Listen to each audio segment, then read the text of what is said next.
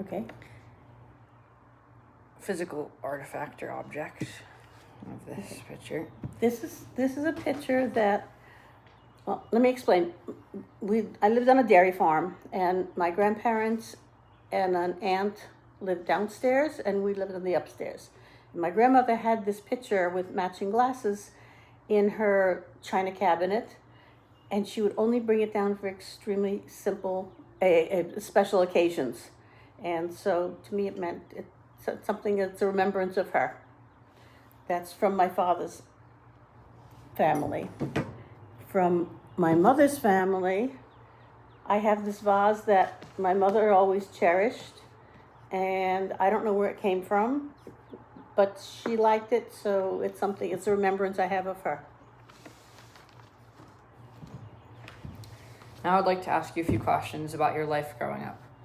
Where did you grow up and who lived with you growing up? Okay. I grew up in Lebanon, Connecticut. As I started to tell you, my grandmother and grandfather and an unmarried aunt and uncle of my father's lived in part of the farmhouse.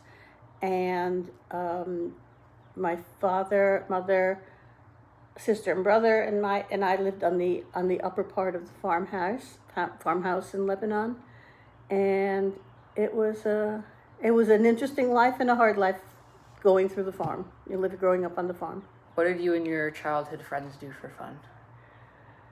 Childhood friend. The only time I really got together with my friends was when we were doing things for holidays at the synagogue. Because growing up on the farm, there's a farm, and then 20 miles away there's a friend's farm, and 30 miles in a different direction there's another friend's farm. So we really didn't get together a lot with friends, except in school. I had friends in school. When you were a teenager, did you have a bar mitzvah? No. We had a synagogue, and my girlfriend's father led the services, so it was really only on holidays that we did this, and we always had programs for the holidays. Now I'd like for you to pick your favorite Jewish holiday and describe how you and your family celebrated it when you were a child. Growing up, I think my favorite holiday may have been Passover, because that's when we really got together with aunts and uncles and grandparents, and it was a time to be all together. Even though they didn't live that far away, it was hard to get together with them. Now I'd like to talk about our Jewish family traditions. My favorite one is when I make hamantashen for Purim and lighting Shabbos candles. What are yours? You like Shabbos candles? That's what the script says. Okay, fine. My favorite what? Your favorite traditions. I didn't make hamantashen growing up. I started with my kids, and we would have a table that was 3 feet by 6 feet, and I would have all these little circles all over the table and make hamantashen for everybody. And I still do it. Now I do it with the grandchildren. And I also take pleasure in mailing out about 10 packages of hamantashen to my nieces and my brother and my sister. So that's one thing that I really like. The other thing that I really like is Sukkot, because the family all gets together. We build a sukkah. Growing up, the only sukkah we had was in the synagogue. And actually, my father put the schach on the synagogue, and what he did is he cut down the stalks of corn from the field and put them on the top. And here we have fun decorating for Sukkot, and we have lots of family come over. Kind of a change of topic. Did anyone in your family serve in the military? Yes. Tell me more. Okay, excuse me that I'm going from a book, because I didn't remember. My mother's younger brother served in the Navy during World War II. My father's brother served in the bomb group stationed in Grafton Underwood, England. And my father's sister, something that I just recently discovered, was a member of the Army Air Force Aircraft Warning Service.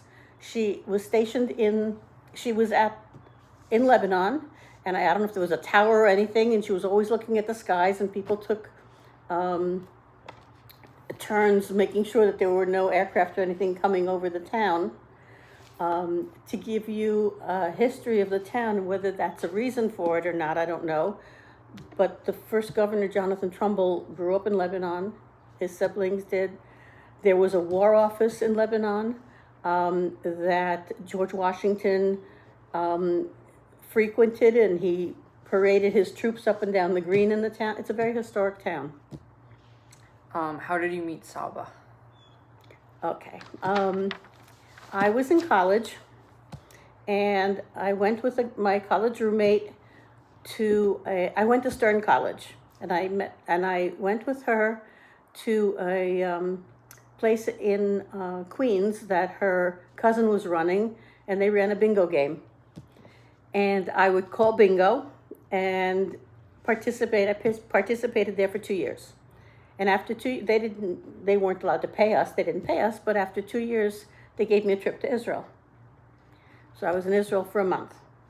And Moshe left Israel when in 1961 and came to the United States. Just to go back, he was born in Romania. He went to Israel when he was about 8-9 months old, and he left there just before Bar Mitzvah when he was about 12, and then he came. He was here in the States, and he went back in 1968 to go to the Hebrew University, and it was after the '67 war, so he was touring around.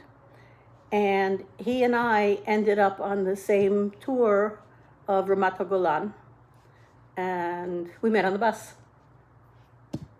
What did you do to make a living in your adult life?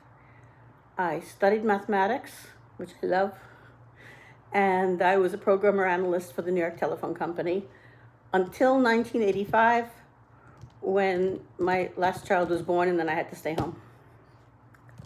What invention do you think had the biggest impact on your life? The phone. It's so great. I can play games. I can look at videos. I can talk to people, and it's so tiny. We're going to wrap up with one more question. What advice do you have for future generations like me? Don't forget your past, and learn from your past, and carry on traditions. And I think that's really important. And don't forget your family, because your family's everything. Okay.